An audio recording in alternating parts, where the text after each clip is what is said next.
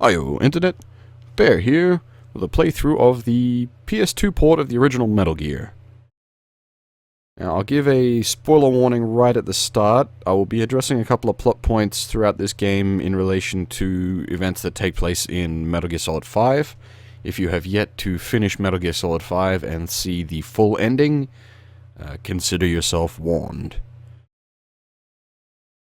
Now, as I said, this is the PS2 port of the original MSX title, so it has the full set of dialogue included, rather than the original European release, which was missing about half the dialogue due to size limitations at the time. And it's also the retranslated version of it, so it's got a lot more consistent English rather than some of the broken, if amusing, English in the original translations. Anyway, one other point, this game doesn't have any voice acting for rather obvious reasons, so I will be reading out the text in a fairly nondescript voice. Hopefully I shouldn't annoy people too much. If it is particularly offensive, leave a comment and I will refrain from doing so in the future. Alright, let's get going. I do gotta say though, the soundtrack in this game, there's like 9 tracks to it all up, so not many songs, but there's really good music in this. This is Big Boss. Operation Intrude N313. Infiltrate the enemy base, Outer Heaven, and destroy the ultimate weapon, Metal Gear. Let's go over the details first. Make contact with Grey Fox and find the location of the ultimate weapon, Metal Gear. Let's use frequency 120.85 for all communications from now on. Over. Now those of you that have finished Metal Gear Solid 5 will have seen the small bit of text included at the end of it. It says, Venom's Snake died in Outer Heaven in 95. So that very much sets up the fact that the person we are, well, the final boss of this is Venom. But my question is the person we're talking to on the radio this whole time Venom, or is it Naked Snake? Because both Venom and Naked make sense in the canon for being the person to end up going back to America and taking over command of the Fox unit. But both also have some fairly questionable plot inconsistencies, so essentially MGS5 has basically thrown a big ol' wrench into an already convoluted canon with one line of text right at the end of the game. Anyway, this is Big Boss. The mission is infiltration. Make sure the enemy does not discover your whereabouts. Over. And because this is quite a simple, well, relatively simple game in terms of its mechanics, the sneaking gets a little odd in places. Enemy's line of sight is a bit, not wonky, actually the opposite of wonky, generally straight. They see in very straight lines. You can hide in certain places where you think they should be able to see you, and they don't, and other times where you're like, they shouldn't really be able to see me, and they do. And such is the limitation of an old system. It's a shame that, like, a lot of people look at this and go, oh, I don't want to play that, it's, like, old and busted. Which, it's, as I said, yeah, it's a shame, because, like, a lot of the standards for Metal Gear are sort of set in the Metal Gear and then Metal Gear 2. Like, you see a lot of the stuff that will make appearances in later games get established here. Now, I gotta be careful. I think one of these trucks is loaded with a whole bunch of dudes. It's been a while since I last played Metal Gear, so I don't remember exactly where everything is, which can possibly lead to some problems, as there are a couple of mine areas that will come up later. Oh, bother. Oh, good, okay. The alert system in this game is a little wonky in that you get sort of like half alerts where it doesn't call a whole bunch of screens worth of guards down on your ass, and you get the full alerts where it will call a whole bunch of screens of guards down on you. Also, massively long-range punch, super useful.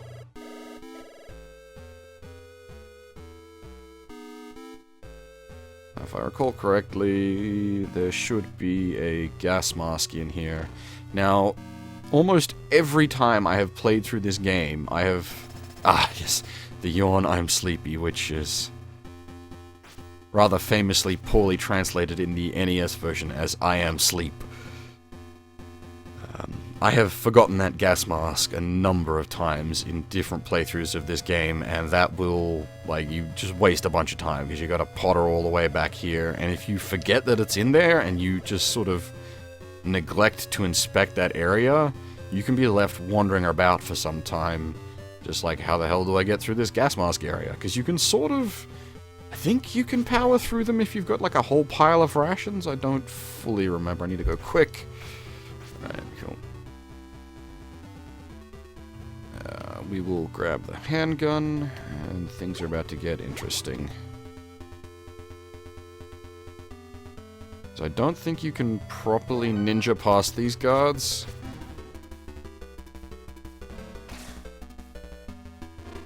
Better to just jump in the elevator and get out of the way.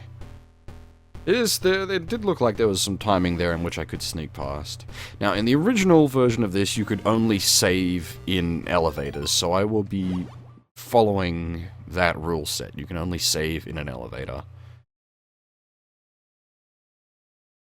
Normally, when I'm doing recorded playthroughs, I would try to cut, like, each playthrough at a save point, rather than show the save on screen, but since this game's only a few hours long, but has a lot of potential to kill you real quick, I will be saving a couple of times, probably in each video. This is Big Boss. Watch out for the surveillance cameras. Over. And this is what the old surveillance cameras started out as, a single sprite box on a wall.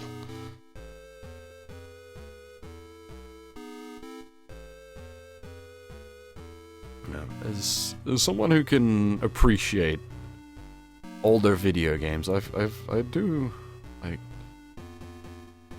very much appreciate the sort of level of detail they went to making this game, considering the system limitations they were under while making this. It's a shame, really. You don't get a lot of video games these days. Like, most video games are just built on, like, massive super systems that we have these days, and there's very little system restrictions. So you don't end up with as much ingenious design, you just get a lot of alright. Now this is a flaw that they carried over into Metal Gear Solid 1, but you have to equip these damn keycards each time you want to open the door. It doesn't just use it from your inventory, which sounds, you know, like it wouldn't be too bad, except we have this section which we're going into now. You have to equip the keycard to open the door, then equip the gas mask while walking into the gas chamber. This is Big Boss. I forgot to tell you, you'll need a gas mask for the gas room. Schneider, the leader of the Resistance, should be able to tell you where to get a gas mask. Over. Yeah, so if you have his codec, you can give him a call and he'll tell you where the gas mask is located, but I remembered to pick it up on the way in, so we're good. And this is where this one particular mechanic does irk me, because you have to equip the keycard, start the door opening, and then re-equip the gas mask, which will give you a couple of ticks of damage, pretty much regardless of what you do. Which is rather frustrating, as there's no other way to open the door. So you are just forced to take damage for no reason. Again, limitations of the system, I can't fault the thing too heavily for it, but it is somewhat frustrating in a fairly lethal game to just bleed health for no reason. Ah. Thanks for saving me. The Foxhound member that infiltrated this base a few days ago is unharmed. They captured him, and he is referring to Grey Fox, who was sent in here to bust out. See, it was funny, this game nearly became almost non-canon, and Metal Gear 2 was generally accepted as canon. Because Big Boss dies at the end of this and at the end of Metal Gear 2. But because Metal Gear 2 is referenced directly in Metal Gear Solid, most people just considered this kind of like almost, yeah, non-canon. Like the events, it's... The Metal Gear canon is a hard one to comment on, as there's so much that sort of, like, within itself breaks its own canon.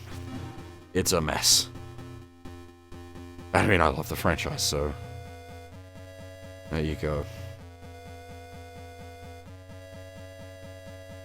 This is what I mean, like, he's clearly looking at me there, but because of the way the line of sight sort of lines up, he doesn't end up noticing me. Oh, jeez. That was worrying. Oh, nice. Yeah, now, the reason I want to go for punch-outs more often than not, I mean, partly the gun will set off the alarm, so you want to shoot as few people as possible until you're able to find a silencer, but also punching guards out causes them to, not always, but have a chance to drop an item, which is particularly useful. There we go. Now I'm going to assume this is keycard 2. Yeah, nice. Now this is gonna be close. Actually, better to take the safe way around here.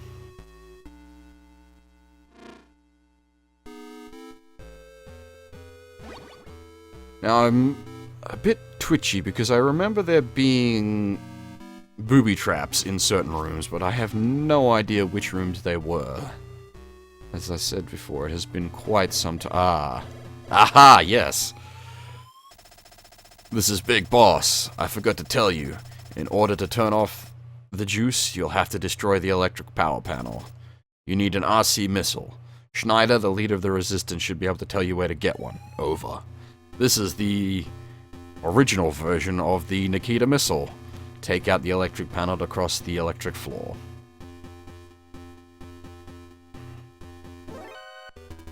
Now, okay, good, that wasn't a full alert. I don't think that... Oh, the camera's stopped because I caused the alert.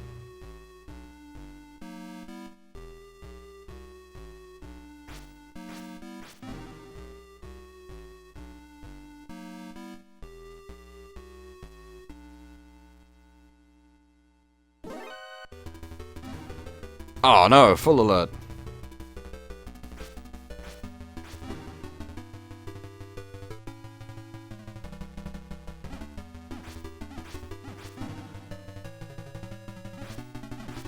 I'm just going to abuse the terrain to my advantage.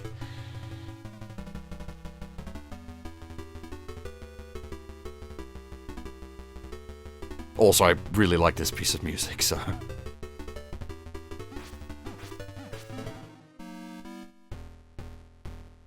Both Theme of Tara and Red Alert are great pieces of music. I'm just gonna end up gushing over the very short soundtrack to this game for quite some time. Ah, okay, we're full up on C4, fair enough. That rolling pin trap there will instantly kill you if it catches you, so don't get hit. Ah, that was the keycard 1. The keycard 2 is... Ooh, dear. Nice. Oh, we're full up on bullets, fair enough. Now this has the class level, like the different stars you get represent your current level, and you level up by rescuing different prisoners of war.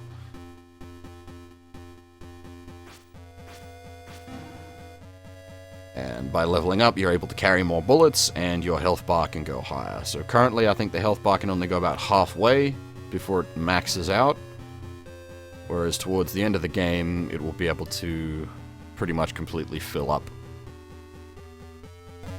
Now, unfortunately, we have to traverse this room a number of times throughout the playthrough. I remember when I previously ran through this game, I came up with a strategy for getting through this room quick. I just don't remember what it is off the top of my head. Hopefully it comes back to me. Hopefully it's not just get the silencer and shoot the crap out of them. That would... Hello. Alrighty, you didn't spot me. Fine by me.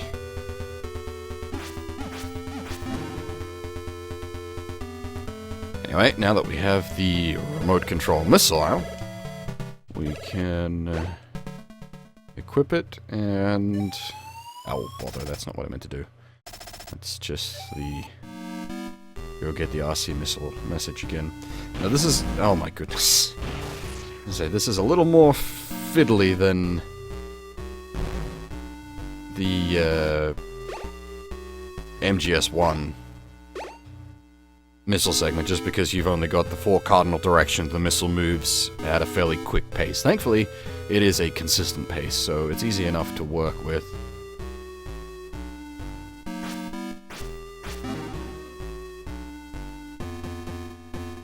Now, this is the other thing. You have to have the right keycard equipped. It doesn't... You can't use a level 2 card on a level 1 door, which is another one of those niggly little... unfortunate things. You would have thought you could maybe program around that. Anyway, it doesn't matter. Okay, here we go. Thank you for helping me. Diane from the Resistance will provide support on frequency 120.33. Diane should have a lot of information about the enemy. 120.33. So let's see what happens if we actually bang that in. Oops. I've never really used the radio much in any of my playthroughs in this game.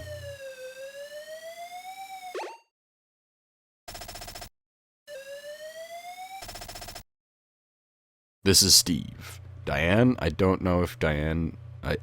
If I know Diane, she's gone shopping and won't have come back yet. Yeah, so you get a lot of, like, bomb messages like that. If you call her while you're in a room where she's actually able to tell you something useful, you'll get a, like, proper message. You won't get, like, just a toss-aside message like that. Sneaky, sneaky. But I don't know which rooms in the game she actually responds to you in.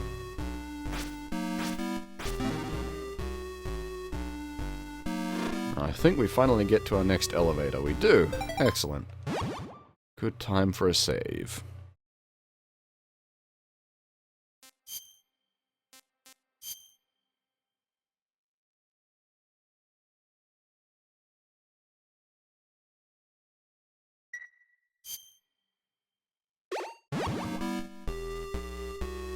Now, I don't remember if there's anything off to the side here.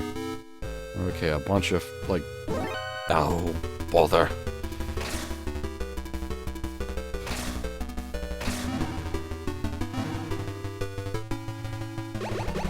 These red guards are always a pain in the ass. They move quicker, they're more alert.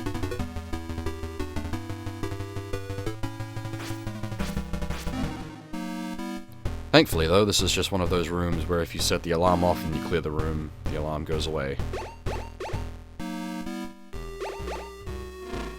Oh, wait, there we are. Ah! The cardboard box. Actually, a surprisingly useful item in this game.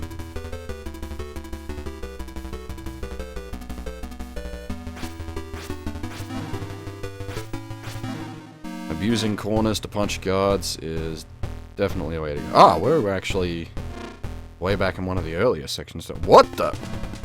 Ah. That is a boss. I was not prepared for that. Oh, sodding door.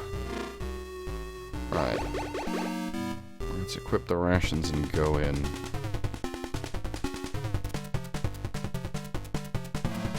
Oh, bother.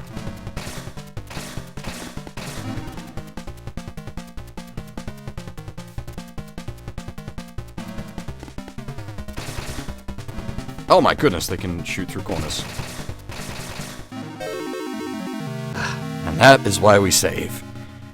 This game has a very high chance to just kill you dead.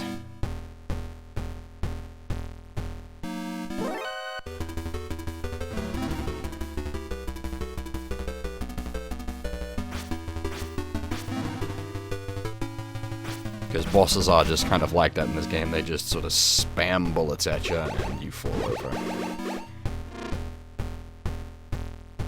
Right, let's get that another swing with a little bit less fail this time.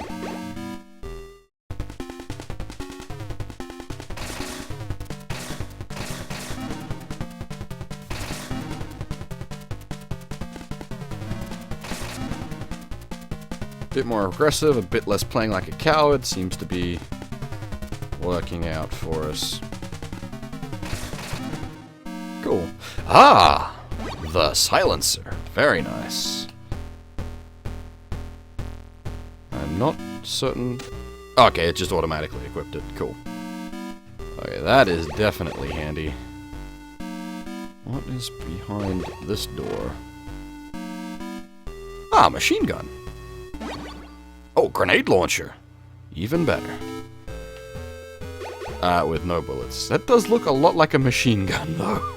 It looks like an MP5. Thankfully, the boss does not respawn.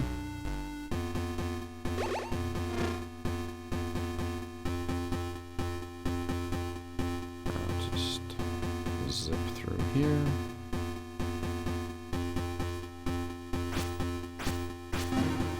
Unfortunately, I don't have the patrol patterns of all the guards memorized, so there will be times where I just have to take it slow.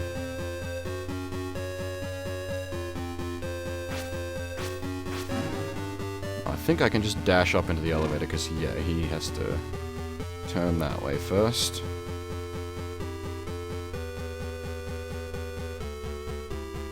Go up to the roof to start off with, though I think we can't actually do the roof segment just yet. I believe...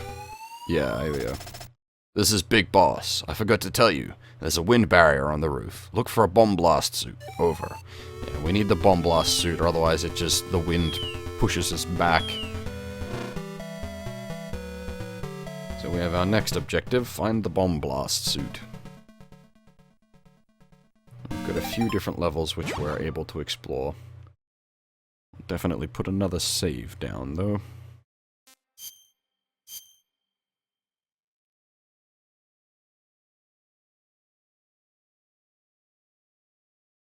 Actually, we'll get another boss fight when we get up to the roof, but obviously that comes much later yet.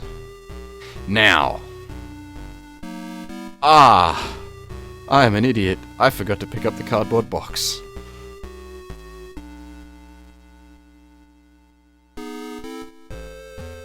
was gonna show off why the cardboard box is great. Helps if I actually go get the damn thing. And that's why the silencer is great. You just don't have to deal with these guys.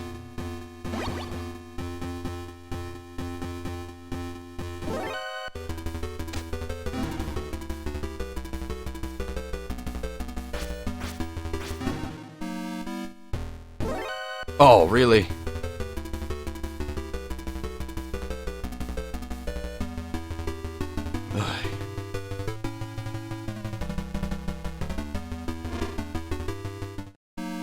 Thankfully, ducking into an elevator cancels an alert sequence. Now, to show off why the box is cool. If my memory serves me correctly, hopefully it does. It does not. Alrighty. Oh, okay, I remember how you use the cardboard box now. You needed to get past this camera, because if you're moving, it'll alert, but if you're not moving, it just sees a cardboard box and ignores you.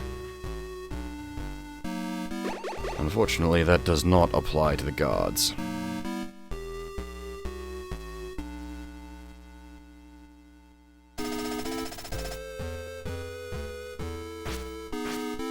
You gotta be quick whenever one of them falls asleep like that, because I've never actually worked out how long they... Oh, I just respawned them for no reason.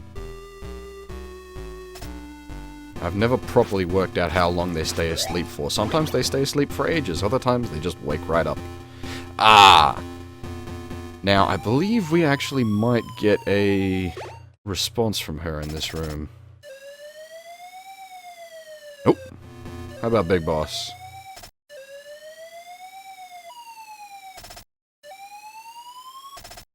This is Big Boss. I forgot to tell you, watch out for the infrared sensors. You'll need infrared goggles. Over. Now we can use the cigarettes in the standard Metal Gear fashion to get past that, at the cost of health, or we can go find the IR goggles, and the IR goggles are definitely the way to go. It just means we have to get past these chumps. By hopefully being sneaky about it.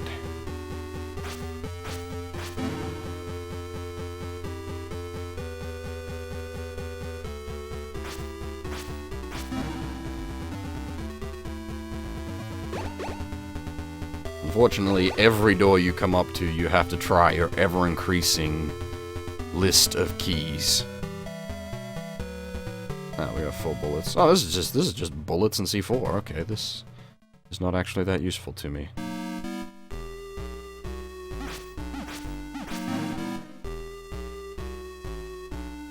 Oh, looks like we might have to employ the old cigarette then. Oh no, wait, no, what am I talking about? We have plenty more options. Cardboard box away!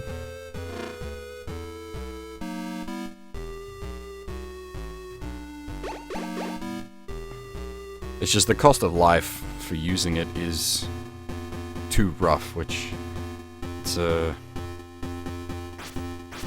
nice little warning against the use of cigarettes there, I guess. Hello, cameras. That one's still coming.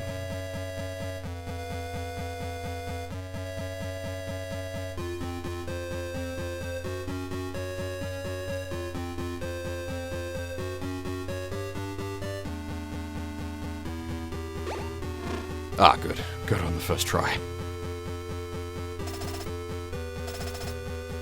That member of Foxhound, Grey Fox, he's being held in a secret cell.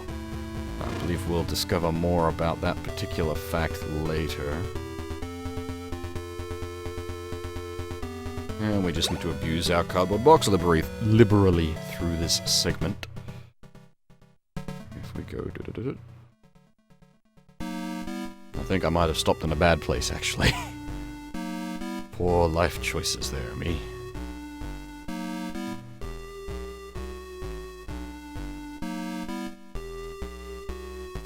This is also a bad spot. I'm just making all the... Oh dear. Cardboard box, no! Cardboard box has failed me.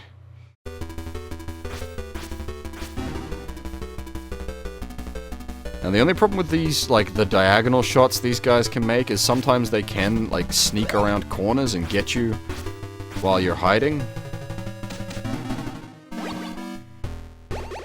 Thankfully, punching out guards gets them to drop rations. This is no stealth perfect run. Hey, there's an Uzi. I assume a submachine gun is what it'll be called. Submachine gun, yeah.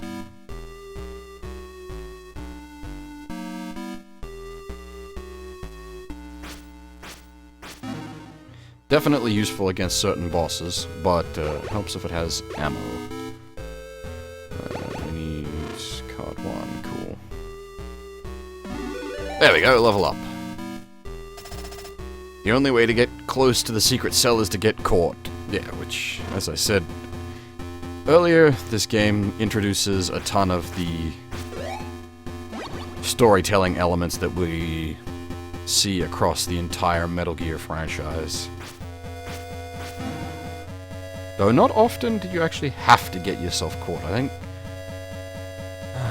can't think of any where you actually had to get yourself caught, though you often did get caught. This is just a dead end. Huh.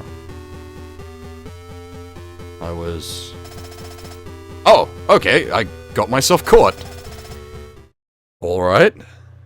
Okay. This is Big Boss. Infiltration accomplished. Find the cell where they're holding Grey Fox.